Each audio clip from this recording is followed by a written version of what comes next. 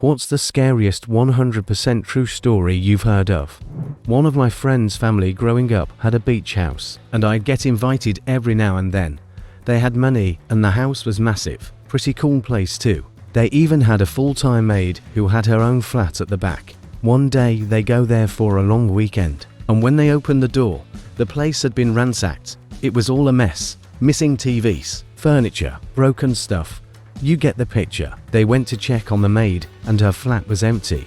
All her belongings were gone. They called the cops, who came over and had a brief look, not interested from what they said, and left saying the maid probably had something to do with. And that's what everyone believed for a week, until the dad returned the following weekend to try and change the locks and etc. And he brought their dogs along with him. Yep, you know it. One of the dogs started digging and found the maid buried in the backyard under a tarp. They had close to the pool, so the theory now is that whoever came in probably knew her, and she recognized them, and she had to go. My high school girlfriend called late one night after I was home, and in bed, she said that something had happened and asked if I could come over. She was clearly shaken and not full of details, so I told my parents and drove over towards her house. At the top of her subdivision, was met by a cop with lights on. He asked where I was going, and I told him about the call from my girlfriend. He lets me go by, and I come over the hill to the cul-de-sac where she lives, and I see multiple cop cars around the circle. They watch me pull up and get out of my car. My girlfriend comes running out of her house and meets me in the street. She explains that someone had broken into her neighbor's house and started beating her with something heavy. The neighbor managed to get out of the house and headed to my girlfriend's house, where she started banging furiously on the front door. My girlfriend's dad was out of town, so her mom answered the door, and the neighbor just fell into the foyer, bleeding profusely from the head. Her mom looks up to see the attacker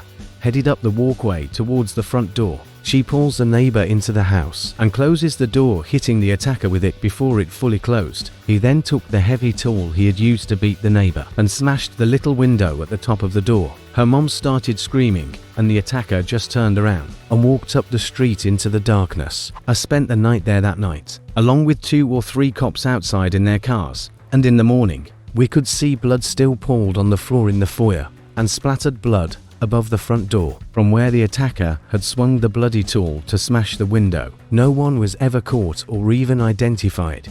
It was just completely random. The neighbor survived, and to my knowledge had no permanent physical injuries, beyond scarring from having her scalp stapled shut.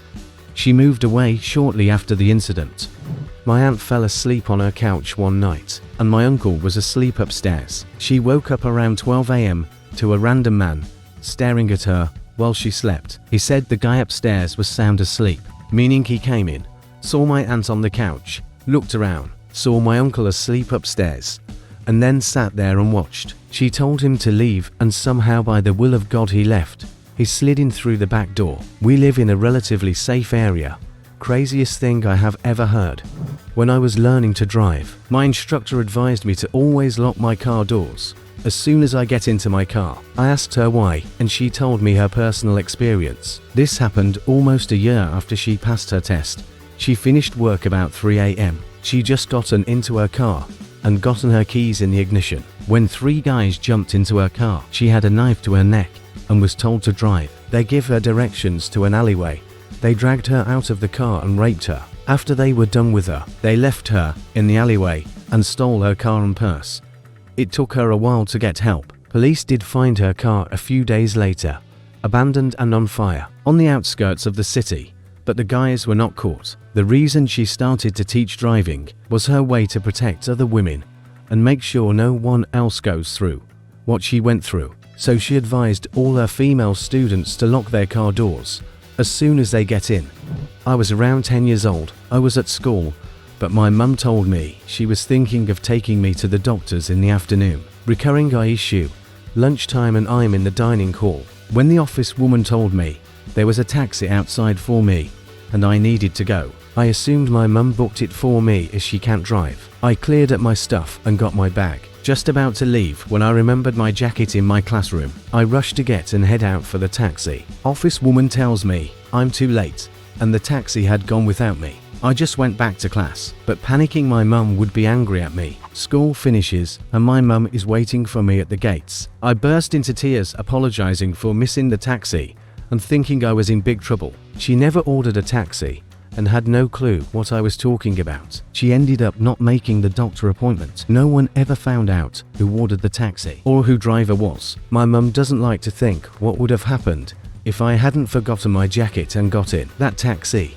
Every orphan source report from the IAEA is terrifying and well documented with pictures. One of the most horrifying is the Guyana accident in 1987. For those who don't know, an orphan source accident is when radioactive material that had been lost, usually from an abandoned hospital, is discovered by people unaware of the danger, who inadvertently expose themselves and others to lethal and permanently disfiguring doses of radiation. You read in horror as survivors describe people inviting their neighbors to see the oddity they found and share samples, children playing with the sparkly dust, all unaware that they have just doomed themselves. Acute radiation exposure is a truly nightmarish way to die. Your flesh rots away over months, while skin grafts are ineffective. You deteriorate in pain in the hospital until you die of infection or necrosis. I work midnight shift at a gas station, and I have for quite a while at various stations in different areas, with varying levels of criminal activity. I have regulars, of course. I'm a small-statured woman as is my partner the other half of the week, and we've always been partners, so these regulars often worry about us and keep watch on creepy occurrences when they can. I had one man who worked in the metro an hour away, who would stop in every morning for his cigarettes. He never smiled or seemed friendly, and as I often do, I tried to think of what I could do that might make him smile one day. It took many months, but I finally pulled it off by having his cigarettes ready on the counter and already scanned for him to pay for. As he walked in, he smiled and then asked me, "Do you ever get scared on the night shift? You small girl is not safe." I said I sometimes did, but we could lock the doors and hide if we had to, and that the provincial police think state troopers, if you're American, had a station close by and came in often to get their highway vehicles washed. I had a good rapport with those police. He nodded and then told me a story about when he first moved to our country from Eastern Europe with his wife and child back in the late 80s, early 90s. He fell asleep at work one night at the gas station. He worked midnights at.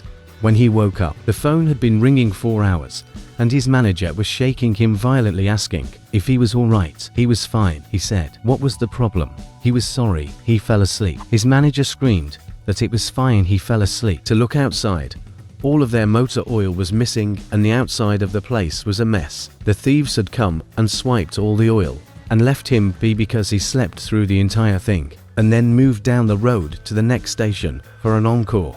At that station, the clerk was awake and fought back, so the thieves stabbed him and left him to bleed out. When he finished telling me this, he concluded with, "If you ever feel sleepy, just lock the door and do it. It might save your life." I don't work at that station anymore, but I think about that guy all the time and wonder how his grandkids are. Up to this day, I'm still looking for a logical explanation to this. This happened in 2003, so I and an ex were checked in a coastal resort where the cottages were far apart, like 200 meters away, around 11:30 p.m. while we're both drinking beer. With the lights turned off and only the TV on, the doorknob suddenly rattled violently, like someone was forcibly trying to get it open. There was no double lock on the door, so my first reaction was to jump from the bed and block the door with my weight. The force of my landing must have been heard from the other side, but the twisting of the doorknob continued. By this time I was already pressing my face to the floor, trying to look. Estimate how many people were outside the door via the small gap between the floor and the bottom of the door. There was nothing, not one pair of feet or anything, but the doorknob just kept rattling. I should point out that the gap between the floor and the door was enough for me to see the outside, or at the very least notice any change in shadow or light caused by movement. But there was nothing. The turning of the doorknob then stopped, but I never heard any footsteps or any other noise. Waited a few minutes and opened the door. Everything was quiet, no footprints outside or on the sand surrounding the cottage. We just noped out of there immediately. Write in the comments 100% true scary stories that you know. Like and subscribe to get more.